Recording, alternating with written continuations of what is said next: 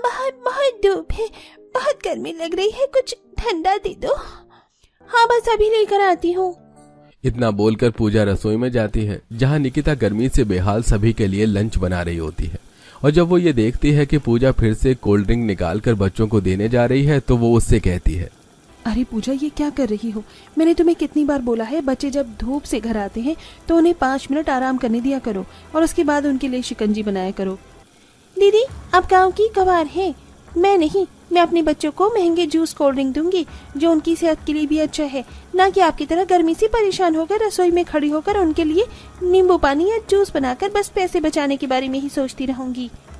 पूजा, अगर तुम्हें ज्यादा गर्मी लग रही है तो एक काम करो, तुम रहने दो, मैं खाना बनाकर बच्चों के लिए खुद शिकंजी बना लूंगी।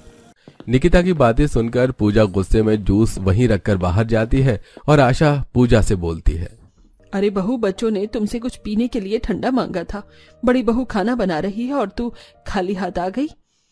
हाँ, क्योंकि आपकी गवार लाडली बहू बोल रही है वो शिकंजी बनाएगी। पता नहीं ऐसी सस्ती चीज आखिर कब तक बच्चों को पिलाएगी। वो करती तो वो ऐसे है जैसे कि हम पता नहीं कितने गरीब हैं। इतना बोलकर पूजा अपने कमरे में चली जाती है। कुछ देर बाद निकिता बच्चों के लिए रसोई में खड़ी होकर पसीने से बेहाल उनके लिए एक एक गिलास में नींबू, काला नमक और ठंडा पानी डालकर शिकंजी बनाकर लाती है। वाह शिकंजी! माँ, मुझे तो आपके हाथों की शिकंजी बहुत पसंद है। हाँ बड़ी माँ, सच में आपका जवाब नहीं। वैसे लास्ट टाइम मेरी माँ ने जो बाहर से वाटरमेलन जूस मंगवाया था वो भी बहुत अच्छा था, है ना? अब बातें बंद करके चुपचाप शिकंजी पी लो, खाना भी तो खाना है। अब बच्चे अपनी शिकंजी खत्म करके कमरे में जाते हैं और कपड़े बदलकर खाना खाते हैं। इसी तरह 2 दिन बीत जाते हैं और जब निकिता किसी काम से बाहर गई होती है तो उस दिन पूजा ऑनलाइन 3 कार्टून अलग अलग ब्रांड के कोल्ड ड्रिंक मंगवाती है। हाँ भैया, बस यही रख दो ये सारे कोल्ड ड्रिंक। अरे तुमने इतने महंगे कोल्ड ड्रिंक के कार्टन क्यों मंगवा दिए? क्यों मंगवा लिया? अरे भला इतनी गर्मी में रसोई में खड़े होकर नींबू पानी, रुआवजा ये सब कौन बनाए? घर में ये अलग अलग फ्लेवर की कोल्ड ड्रिंक रहेगी तो बच्चे अपना खुद बाहर से आकर पी लेंगे। इतनी गर्मी में हमें खड़े होकर नहीं बनाना पड़ेगा। और ये सब तूने कितने का मंगवाया ये भी बता दे। यही कुछ 5000 का, और ये पूरा हफ्ते भर के कोल्ड ड्रिंक है, इतनी जल्दी खत्म नहीं होंगे। अब प्लीज आप फिर मुझे अपनी उस गवार बहू से कंपेयर मत करना। आप भूल जाती हैं क्या कि जेठानी जी गवार है, मैं नहीं। और मुझे बहुत अच्छे से पता है कि अपने बच्चों को क्या देना है और क्या नहीं, फिर वो कितना भी महंगा क्यों ना हो। इतना बोलकर पूजा एक एक करके सभी कोल्ड ड्रिंक के कार्टून को उठाकर अंदर रसोई में ले जाती है और फ्रिज में रख देती है और पूरा फ्रिज कोल्ड ड्रिंक से भर जाता है। इसी तरह कुछ दिन बीत जाते हैं और घर में कुछ मेहमान आते हैं, जहां दोनों देवरानी जेठानी किचन में खड़ी आपस में बातें करती हैं। पूजा, बाहर बहुत गर्मी है, तुम पहले घर आए मेहमानों के लिए पुदीने का पानी बना दो, जब तक मैं कुछ खाने का इंतजाम कर लेती हूँ। आप अपनी चिंदीगिरी नहीं छोड़ेंगी ना? अपने घर में मेहमान आए हैं, आज के दिन तो उनको कोल्ड ड्रिंक पूछ लीजिए। और मेरी बस की नहीं है रसोई में खड़े होकर कोई सस्ती ड्रिंक बनाना।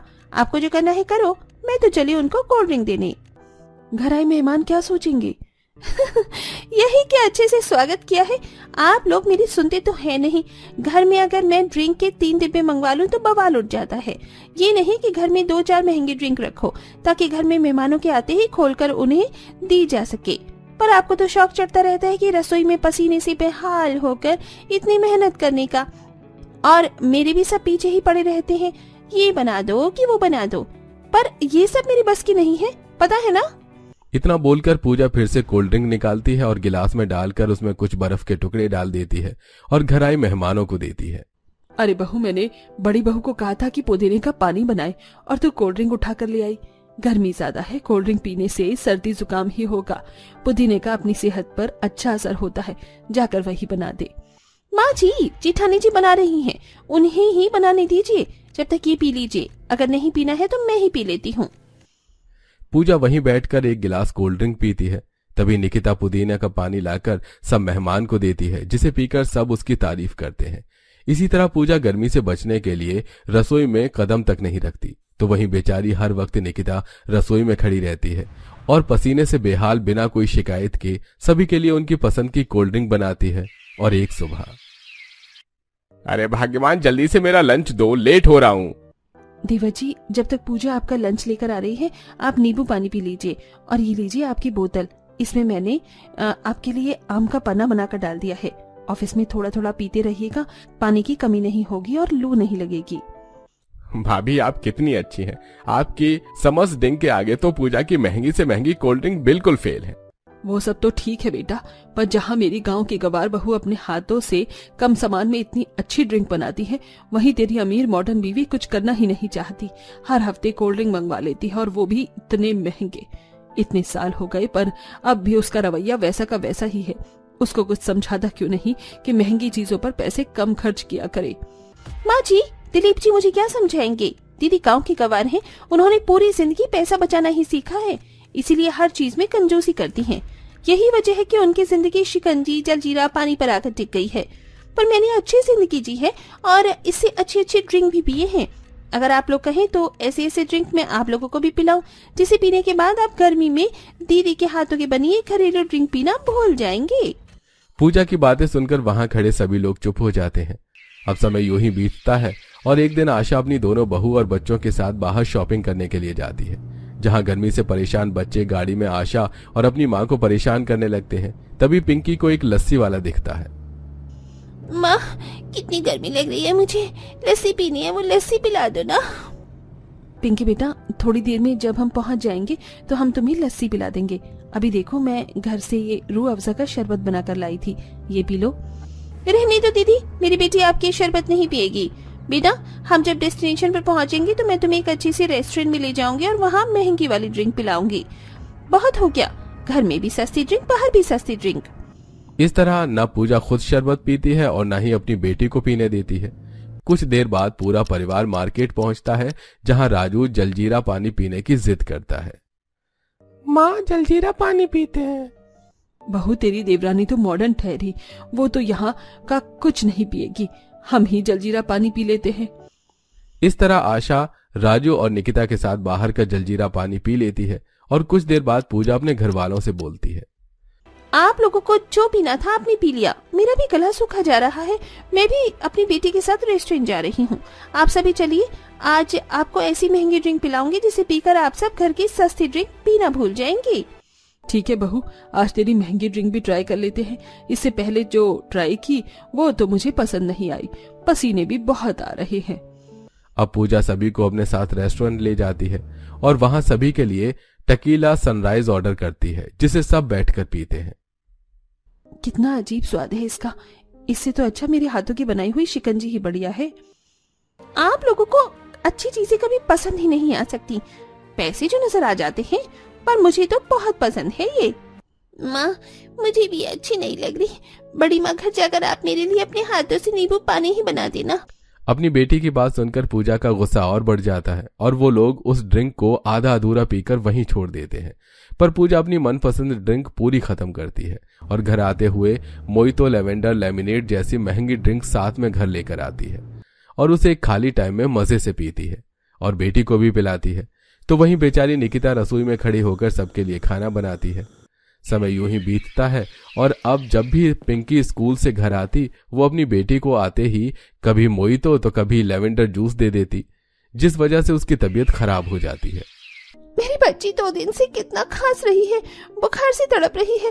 वो जो मेलन का जूस पी ले, इससे तुझे अच्छा लगेगा। पूजा, माना कि तुम मॉडर्न हो और मैं गांव की गवार, पर ऐसी हालत में ठंडा जूस देना पिंकी के लिए सही नहीं है।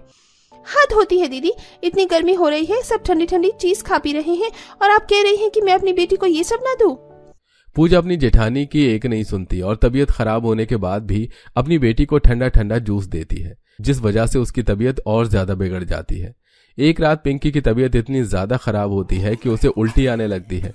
ये देख दिलीप के साथ पूजा बड़े बड़े अस्पताल में जाती है, जहां सभी डॉक्टर पिंकी को एडमिट करने से मना कर देते हैं। आपकी बेटी को निमोनिया हो चुका है और उनकी हालत काफी खराब है, हम उनकी जान नहीं बचा पाएंगे। क्या निमोनिया? अब मैं क्या करूं? दिलीप, मेरी बेटी।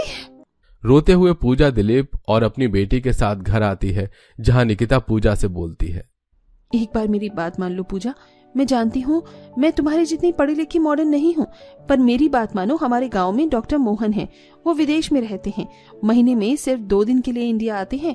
तुम एक बार उनसे पिंकी का इलाज करवाओ, देखना हमारी पिंकी जरूर ठीक होगी। अपनी जिठानी के कहने पर न चाहते हुए भी पूजा दिलीप के साथ डॉक्टर मोहन के पास जाती है, जहां डॉक्टर मोहन उसकी बेटी को भर्ती कर लेता है और 1 हफ्ते तक पिंकी का इलाज चलता है। और इस बीच जहां पूजा हर समय अस्पताल में रहती, तो वहीं निकिता इतनी गर्मी में भी घर में आकर खाना बनाती और सभी को खाना खिलाकर थोड़ा खाना हॉस्पिटल ले जाती। बहुत जल्द पिंकी ठीक हो जाती है और जब पूजा पिंकी के साथ घर आती है तो वो सारी महंगी ड्रिंक फेंकते हुए अपनी जेठानी से कहती है, आप बिल्कुल ठीक थी दीदी। भले ही आप गांव की गंवार हैं, पर आपको मुझसे ज्यादा समझ है। इतने साल हम एक साथ रहे, पर मैं आपसे आज तक कुछ नहीं सीख पाई। पर अब मुझे समझ आ गया कि मैं कितनी ही मॉडर्न क्यों ना बन जाऊं, पर मैं आप जितनी समझदार नहीं बन सकती। किंजल बेटा, चलो चुपचाप से खाना खा लो, ऐसे भागते नहीं है। पहले खेलो फिर मैं खाना खाऊंगी। हाथों में खाने की प्लेट लिए सुषमा अपनी 6 साल की बेटी किंजल के पीछे भागने लगती है और एकदम से उसे पकड़कर अपनी गोद में बिठा लेती है। पकड़ लिया ना मैंने तुम्हें, चलो अब जल्दी से खाना खा लो। क्या माँ, आप भी ना।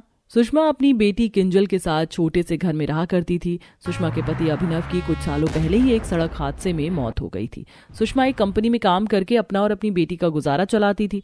दोनों माँ बेटी काफी हंसी खुशी से अपनी जिंदगी काट रही थी। सुषमा आंगन में मटर साफ कर रही होती और किंजल खेल रही थी कि तभी खेलते खेलते किंजल गिर जाती है और उसके घुटनों से खून निकलने लगता है, जिसे देख सुषमा भागते हुए किंजल के पास आती है। देखो ना घुटने से कितना खून निकल रहा है, बहुत दर्द हो रहा है। तू तो मेरी स्ट्रॉन्ग बच्ची है ना, ऐसे रोते नहीं है, कुछ नहीं होता, चलो मैं तुम्हें दवाई लगा देती हूँ। सुषमा किंजल को गोद में उठाती है और अंदर लेकर जाती है। उसकी चोट पर दवाई लगाने लगती है। सुषमा किंजल का काफी ध्यान रखती है। सुषमा जी देखिए, मैं आपकी परेशानी समझता हूँ। आप एक सिंगल मदर है, लेकिन इसका मतलब ये नहीं कि अब आप आए दिन अपनी बेटी के लिए छुट्टी लेती रहें। हम आपको सैलरी यहाँ काम करने के लिए देते हैं, छुट्टी के लिए नहीं। सुषमा जबरदस्ती छुट्टी कर कंपनी से सीधा घर आ जाती है और अपनी बेटी का ख्याल रखती है। किंजल जब भी अपनी माँ से कुछ मांगती, चाहे वो चीज कितनी ही महंगी क्यों ना हो, वो उसे ला कर देती है। ये तो वही गुड़िया है जो मैंने उस दिन उस दुकान पर पसंद की थी, लेकिन ये तो बहुत ज्यादा महंगी थी ना। वो छोड़ो, तुम्हें ये गुड़िया पसंद आई थी ना, ये मेरे लिए जरूरी है। अब तुम इससे रोज खेलना, ठीक है। किंजल को अपनी माँ से भरपूर प्यार और ममता मिल रही थी। ऐसे ही समय गुजरता है, जहां अब नन्ही सी किंजल बड़ी हो जाती है और वहीं सुषमा के भी अब सफेद बाल आ जाते हैं। मैं खा लूंगी ना, आप रख दो प्लेट। आप तो बिल्कुल मुझे ऐसे अपने हाथों से खाना खिलाती हो जैसे मैं अभी भी वही छोटी सी किंजल हूँ। अब मैं बड़ी हो गई हूँ। बच्चा चाहे बूढ़ा ही क्यों ना हो जाए, लेकिन वो अपने माँ बाप के लिए छोटा ही रहता है। मुझे आपसे कुछ बात करनी थी। कुछ समय में मेरी ग्रेजुएशन कंप्लीट हो जाएगी, लेकिन मैं इसके बाद भी आगे पढ़ना चाहती हूँ, लेकिन हायर स्टडीज के लिए बहुत फीस लगेगी। मेरी बेटी को पढ़ाई करनी है ना बेटा, तेरा जितना मन करे उतना पढ़ाई कर, तू पैसों की फिक्र मत कर, बस तू पढ़ लिख कर एक कामयाब इंसान बन जाए, यही मेरे लिए काफी है। किंजल की हायर स्टडीज के लिए सुषमा अपनी सारी ज्वेलरी को बेच देती है और जो भी पैसे मिलते हैं अपनी बेटी की पढ़ाई में लगा देती है। किंजल की पढ़ाई कंप्लीट हो जाती है और उसकी एक बहुत बड़ी कंपनी में जॉब लग जाती है। किंजल को अपनी कंपनी के बॉस आशीष से प्यार हो जाता है। वहीं आशीष भी किंजल को बेहद पसंद करता था और आज किंजल आशीष के बारे में अपनी माँ सुषमा को सब बता देती है। मेरी बेटी ने इतने अच्छे इंसान को अपना जीवन साथी चुना है, मैं बता नहीं सकती मैं कितनी खुश हूँ बेटा। मुझे इस रिश्ते से कोई भी ऐतराज नहीं है। मैं जानती थी माँ कि आप मेरी पसंद को मना कर ही नहीं सकती हैं। मैं चाहती हूँ कि मेरी शादी ग्रैंड हॉल बैंक्वेट में हो, बिल्कुल किसी राजकुमारी की तरह। मैं एंट्री लूं, मेरी शादी में सब लोग आएं। मेरी बेटी की शादी को लेकर जितने भी सपने हैं मैं वो सब पूरे करूंगी, तू फिक्र मत कर। सुषमा ने अपनी सारी सेविंग्स और ज्वेलरी बेचकर सारे पैसे किंजल की पढ़ाई में लगा दिए थे, इसलिए अब उसके पास अपना घर गिरवी रखने के अलावा और कोई रास्ता नहीं था। सुषमा किंजल को बिना बताए अपना घर गिरवी रखकर धूमधाम से अपनी बेटी किंजल की शादी कर देती है। माँ मुझे नहीं जाना आपको छोड़कर, मुझे आपकी बहुत याद आएगी, मैं कैसे रहूंगी आपके बिना। अरे पगली, लड़की को एक दिन जाना पड़ता है, मैं भी तो अपना घर छोड़कर इस घर में आई। तू फिक्र मत कर, आशीष एक बहुत अच्छा लड़का है, तेरा बहुत ध्यान रखेगा और तू मुझे रोज कॉल करना और मुस्कुराकर अपनी नई जिंदगी में कदम रख। किंजल अपनी माँ से गले लगकर विदा होकर अपने ससुराल आ जाती है।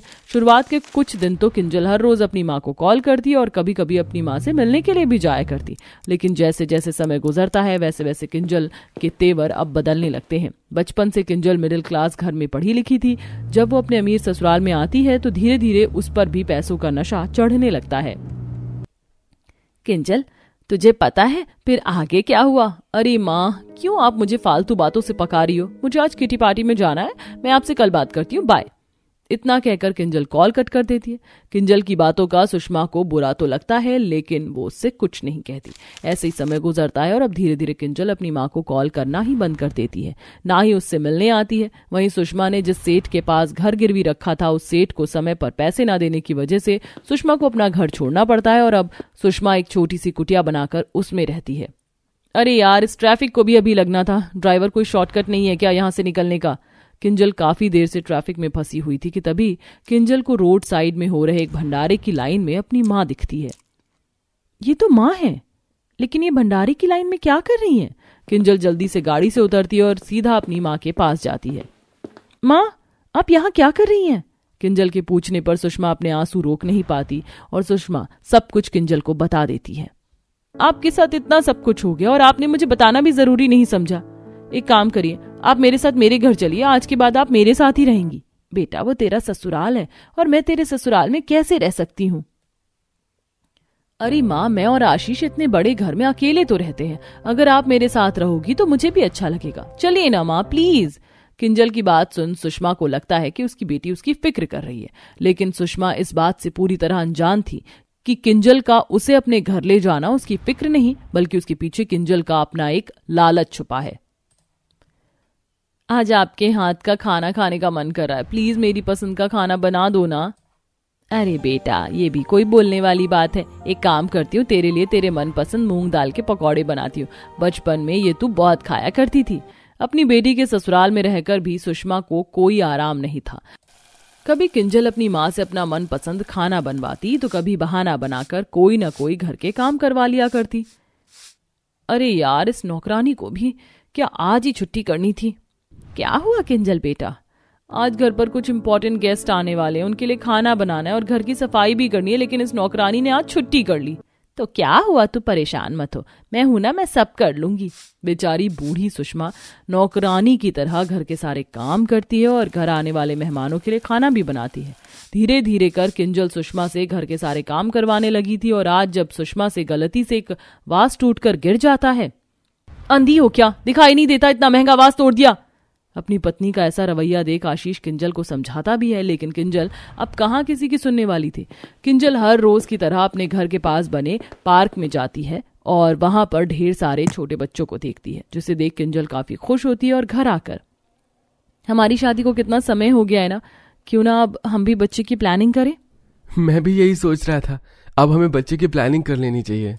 ऐसे ही कुछ दिन गुजर जाते हैं। किंजल शॉपिंग करके घर आ रही होती है कि तभी रास्ते में किंजल देखती है कि निकल जाओ मेरे घर से, कभी वापस मत आना, और नहीं पाल सकती मैं तुम दोनों को। हम तेरे माँ बाप हैं, इस उम्र में हम कहाँ जाएंगे, हमें घर से मत निकाल। उस लड़की को अपने बूढ़े माँ बाप को घर से निकालता देख किंजल को काफी दुख होता है और वो अपने घर आ जाती है। आज जो मैंने देखा उसे देखकर तो बहुत डर लग रहा है, कल को हमारी औलाद ने हमें घर से निकाल दिया तो? परेशान मत हो, हमारी औलाद जैसे भी होगी, लेकिन वो तुम्हारी तरह तो नहीं होगी। आप कहना क्या चाहते हैं? बचपन से लेकर जवानी तक तुम्हारी माँ ने तुम्हारी हर ख्वाहिश को पूरा किया, अपने गहने पैसे बेचकर तुम्हारी पढ़ाई पूरी की और घर बेचकर तुम्हारी मुझसे शादी करवाई। कभी तुम्हें किसी चीज की कमी नहीं होने दी और तुमने उसी बूढ़ी माँ को अपने घर की नौकरानी बनाकर रख दिया। अगर औलाद तुम जैसी होती है ना, तो मुझे नहीं चाहिए औलाद। इतना कहकर आशीष कमरे से चला जाता है। आशीष की बातें सुन और अपनी की हुई हरकतों को याद कर किंजल को काफी दुख होता है और वो नीचे हॉल में आकर अपनी माँ को ढूंढने लगती है। पूरा घर ढूंढ लिया, लेकिन माँ कहाँ है? कहीं माँ घर छोड़कर तो नहीं चली गई? किंजल काफी देर तक अलग अलग जगह पर अपनी माँ को ढूंढती है और कई घंटे बाद किंजल को अपनी माँ एक बरगद के पेड़ के नीचे बैठी दिखाई देती है। किंजल जल्दी से अपनी माँ के पास जाती है और रोते हुए गले लग जाती है। माँ, मुझे माफ कर दो, इस अमीरी ने मुझे इतना घमंडी बना दिया कि मैं अपनी माँ के साथ इतना बड़ा सुलूक करने चली थी। आपने तो मुझे हमेशा ममता दी, लेकिन मैंने आपको ठोकर। मुझे माफ कर दो माँ, मुझे माफ कर दो। नहीं मेरी बच्ची, रो मत, मैं तेरी आंखों में आंसू नहीं देख सकती। गलती तो हर किसी से होती है, मैं तुझसे नाराज नहीं हूँ। किंजल अब अपनी माँ के साथ वापस अपने घर आ जाती है और अब अपनी माँ का काफी अच्छे से ध्यान रखती है, ठीक वैसे ही जैसे आज तक सुषमा उसका रखती आई थी।